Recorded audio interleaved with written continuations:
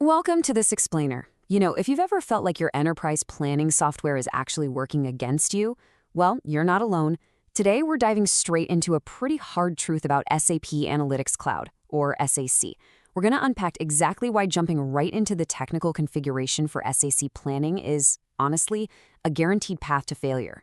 And, more importantly, what you absolutely must do instead to actually succeed. So here's our architectural blueprint for today's explainer. We'll start with the SAC implementation trap, move into process, the true foundation, then mastering versions and time. After that, we'll look at harmonizing enterprise collaboration, walk through the end-to-end lifestyle, and wrap up with partnering with sacplans.com. All right, let's kick things off with Section 1, the SAC implementation trap. Okay, the absolutely crucial point here is that SAP Planning is a full-blown enterprise platform. It is not just a modeling exercise. If you treat SAC as just some fragmented tool, where you just set up a few dimensions, build a couple stories, write some data actions without a broader plan, you are falling straight into a massive trap. Its real success depends entirely on how well your enterprise planning process is designed before anyone even touches a keyboard to do a technical build. You can really see the stark contrast between these two implementation approaches. On one side, if you just focus on technical configuration, you're left with a bunch of fragmented tools. You get uncontrolled versions, duplicate scenarios, and users literally pulling their hair out trying to find the official numbers. It's a mess. But on the flip side, when you treat SAC as a true enterprise planning platform, wow. You get governed processes, harmonized input templates, crystal clear data ownership, and a system that actually scales right along with your organization. It's night and day. Moving right along to Section 2, process, the true foundation. Think of a well-designed process as the ultimate connector. It's kind of like the central nervous system of your entire implementation. It ties together business ownership, accountability, so there's no confusion about who owns what data. It structures your planning cycles and time horizons, establishes really strict version and scope controls, and coordinates all those systemic automation layers, like data seeding and cross-model allocations, so they fire off at exactly the right time. For us, this means no more playing guessing games about who touched the data last. All of these vital elements have to be mapped out completely before a single technical object is built. I really want you to keep this pivotal concept front and center. Your business process logic must dictate the architecture, not the other way around. Seriously, if your delivery team starts building models before defining the end-to-end lifecycle, your business users are going to be forced into some incredibly clunky, unnatural workflows. The process has to be in the driver's seat, period. Let's jump into Section 3, mastering versions and time. So without a strict governance matrix for version management, your cloud environment is going to turn into the Wild West. Just a total nightmare of confusing duplication and reconciliation. To avoid that, we map out distinct version types. The strategic plan, that's for your multi-year, high-level goals. The annual budget is that legally binding target locked in right after board approval. Then you have the rolling forecast, which continuously adapts to whatever the market throws at you.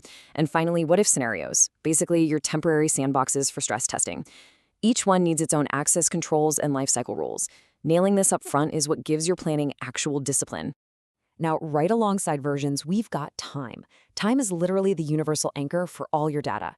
This means your date dimension architecture directly dictates how forecasting and reporting are going to behave across all those different horizons we just talked about. Strategic models might stretch over a multi-year horizon, while fiscal budgets zoom in on the annual view. Meanwhile, operational and cash flow planning, they might need a super granular monthly or even weekly structure. Getting this chronological alignment right is absolutely essential for the seamless spreading and disaggregation of your financial targets. Next up is Section 4, harmonizing enterprise collaboration. Right out of the gate, organizations have to define their strategic modeling paradigms.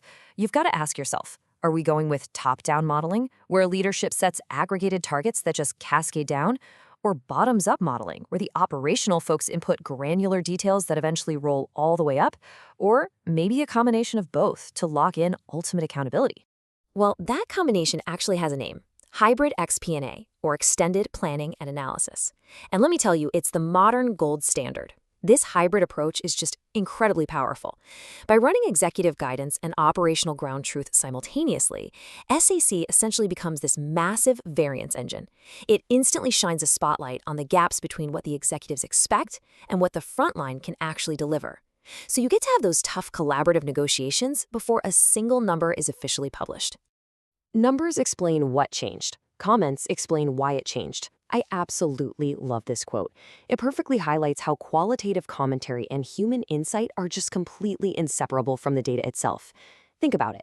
If revenue projections suddenly drop by 12%, the numbers tell us what happened, sure, but those inline comments, they tell us why. Was it a supply chain shock, a pricing shift? Did we lose a key customer? Capturing that why is exactly what builds trust and real auditability into the whole process.